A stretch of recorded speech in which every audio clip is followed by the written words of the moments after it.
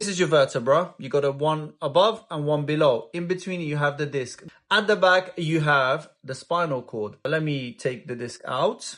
This is the intervertebral disc, and when it bulges it will kind of look like that. And it's got poor blood supply and a poor nerve supply. It is also a cartilage. You have this gel inside it, nucleus pulposus. It's static, it's stationed, therefore it behaves hydrostatically, meaning that the pressure is transmitted outwards against the annulus fibrosus. Annulus fibrosus is everything outside of the blue.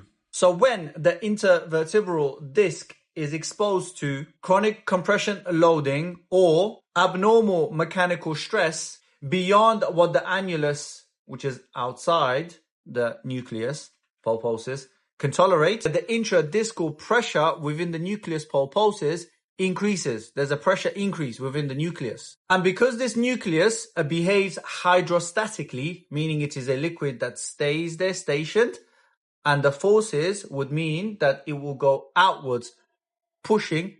This would start pushing against annulus fibrosus, stuff outside of the nucleus. And over time, what will happen is that this layer that you see outside of the blue, the annulus fibrosus, it would become stretched, weakened, and deformed. They are weakened and stretched, not torn. However, if the pressure continues on the nucleus pulposus, which remember is the stuff within the actual disc, not the outer layer, that continuous pressure would then further weaken the annulus fibrosus to a point that it ruptures and rips, and the liquid comes out, causing a herniated disc. So in a bulging disc, this liquid that you find inside, which we call it the nucleus pulposus, doesn't actually rip through the layers, the outer layers, called it the annulus fibrosus. But in a herniated disc, it does rip through it, and it goes and creates this bulge.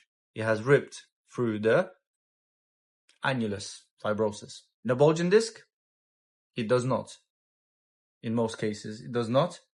It just stretches and weakens the outer layers within the disc. The bulging disc is less severe compared to herniated disc. You may have fixed the bulging disc, but because this has a poor blood supply and nerve supply, the fact that you've had a bulging disc in the first place and it has stretched and weakened the outer layers, if it reoccurs again, it's already weak and stretched, possibly cause the rupturing of the outer layers and the fluid, the nucleus pulposus, leaking out and causing a herniated disc. And a herniated disc, once you have the ruptures within the annulus, poor blood supply, poor nerve supply, you're not really going to correct that. Bulging disc, you can correct it. Just really depends on the amount of damage that the annulus fibrous has taken without being ruptured. Stay educated, and I hope you guys have enjoyed that.